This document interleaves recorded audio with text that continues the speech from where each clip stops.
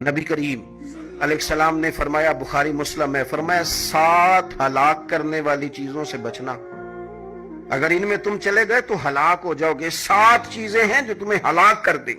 یا رسول اللہ صلی اللہ علیہ وسلم وہ کون کون سی؟ تو حضور نے فرمایا اللہ کے ساتھ شریک نہ کرنا، ہلاک ہو جاؤ گے۔ دوسرا نبی پاک صلی اللہ علیہ وسلم نے فرمایا جادو نہ کرنا، ہلاک ہو جاؤ گے، ہلاک۔ اور یار جسے حضور فرما رہے ہیں ہلاک ہو جائے گا، وہ بچے گا؟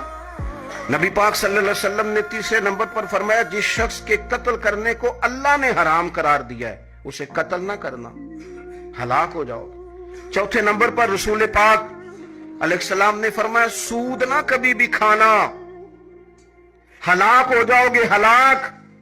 بڑی بڑی دلیلیں دی بینک والوں نے، بڑا سمجھایا تو آدھی صاحب مان گئے، محترم مان گئے، کہنے لگے نہیں جی نہیں، وہ کاروبار میں لگاتے ہیں۔ بڑے بھولے والے ہیں ہم، پتہ سارا ہے۔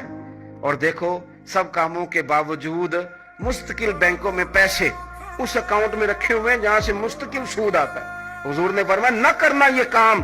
تو کہتے میں سود پہ پیسے لے کے کاروبار چمکاؤں گا، تیرے نبی پاک نے تو فرمایا تو ہلاک ہو جائے گا۔ تو کہتا میں مل لگاؤں گا، حضور نے تو فرمایا ہلاکت ہے۔ تو کہتا میں بڑا کچھ کر جاؤں گا تو ہلاکت ہے۔ اچھی طرح سمجھ لیں، اصل مال بھی ضائع ہو جاتا ہے اس بندے کا جو سود کا مال ملا لیتا ہے، اصل برکت بھی اڑ جاتی۔ اور میرے نبی پاک صلی اللہ علیہ وسلم نے 5ویں نمبر پہ فرمایا یتیم کا مال نہ کھانا، ہلاک ہو جاؤ گے۔ اور پھر 6 نمبر پر نبی پاک علیہ السلام نے فرمایا کفر سے جہاد ہو رہا ہو تو کبھی پیٹ پھیر کے بھاگنا نہ، ہلاک ہو جاؤ گے۔ اور 7ویں نمبر پر اللہ کے رسول نے فرمایا بے قصور اور بے گناہ عورت پر تہمت نہ لگانا، بلا وجہ بہو کے کھاتے نہ کچھ ڈال دینا۔ یہ 7 وہ چیزیں ہیں جو ہلاک کر دیں گے۔